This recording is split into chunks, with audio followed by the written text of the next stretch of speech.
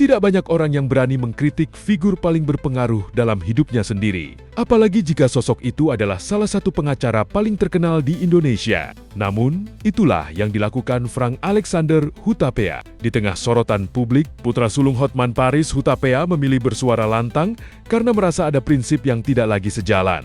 Lalu, siapa sebenarnya Frank Alexander Hutapea dan mengapa ia memilih menempuh jalan yang berbeda dari sang ayah? Nama Frank Alexander Hutapea memang bukan nama baru di dunia hukum. Lahir pada tahun 1991, ia merupakan anak pertama dari pasangan Hotman Paris Hutapea dan Augustin Marbun. Sejak kecil, Frank tumbuh di lingkungan yang sangat dekat dengan dunia advokat. Namun alih-alih hanya mengandalkan nama besar keluarga, ia justru membangun jalannya sendiri lewat pendidikan yang serius. Setelah meraih gelar sarjana hukum di Universitas 17 Agustus 1945, Jakarta, Frank melanjutkan pendidikan ke Inggris. Ia mengambil program Bachelor of Laws atau LLB di University of Kent dengan fokus pada banking, corporate, finance, and security law. Tak berhenti di situ, ia juga mengikuti Summer Course Business Law di London School of Economics and Political Science. Latar belakang akademik tersebut membentuk karakter Frank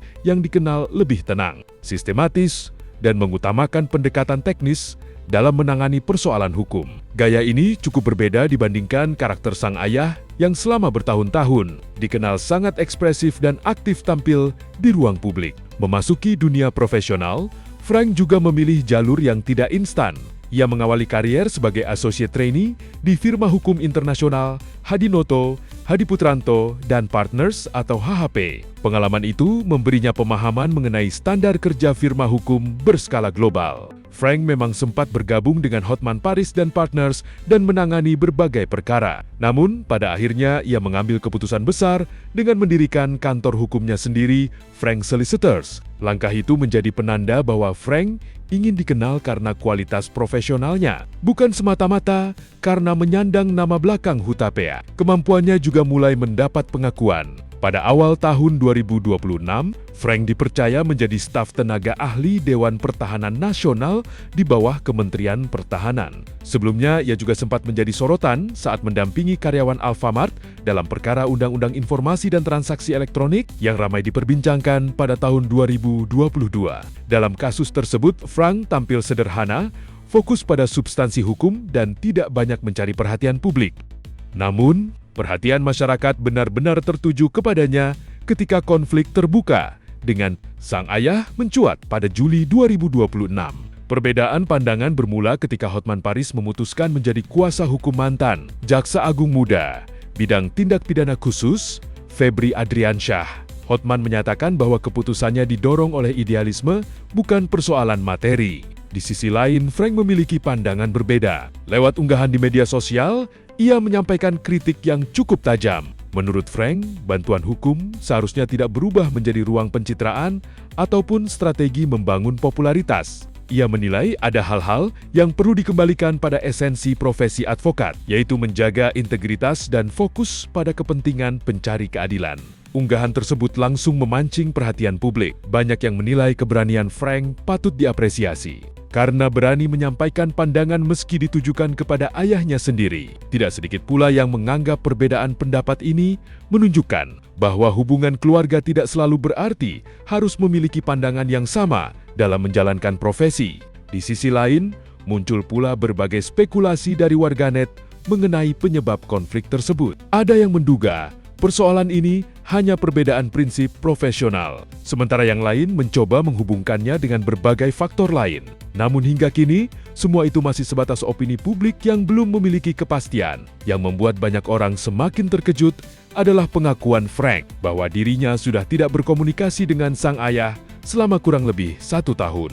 Fakta ini memberi gambaran bahwa perbedaan pandangan tersebut kemungkinan bukan muncul secara tiba-tiba, melainkan telah berlangsung cukup lama. Bahkan, keputusan Frank mendirikan firma hukumnya sendiri kini dipandang sebagai bagian dari keinginannya membangun identitas yang benar-benar terpisah dari bayang-bayang nama besar keluarganya. Ketika ada warganet yang menyebut langkah Frank hanya bagian dari strategi mencari perhatian, ia menjawab singkat namun tegas bahwa dirinya tidak membutuhkan cara seperti itu untuk membangun karier. Kini, Frank Alexander Hutapea berada di fase yang menarik dalam perjalanan hidupnya. Ia memiliki bekal pendidikan internasional, pengalaman di firma hukum besar, serta keberanian membangun identitas profesionalnya sendiri. Di saat banyak orang memilih memanfaatkan nama keluarga sebagai jalan pintas, Frank justru berusaha membuktikan bahwa kredibilitas dibangun melalui kualitas kerja dan konsistensi terhadap prinsip.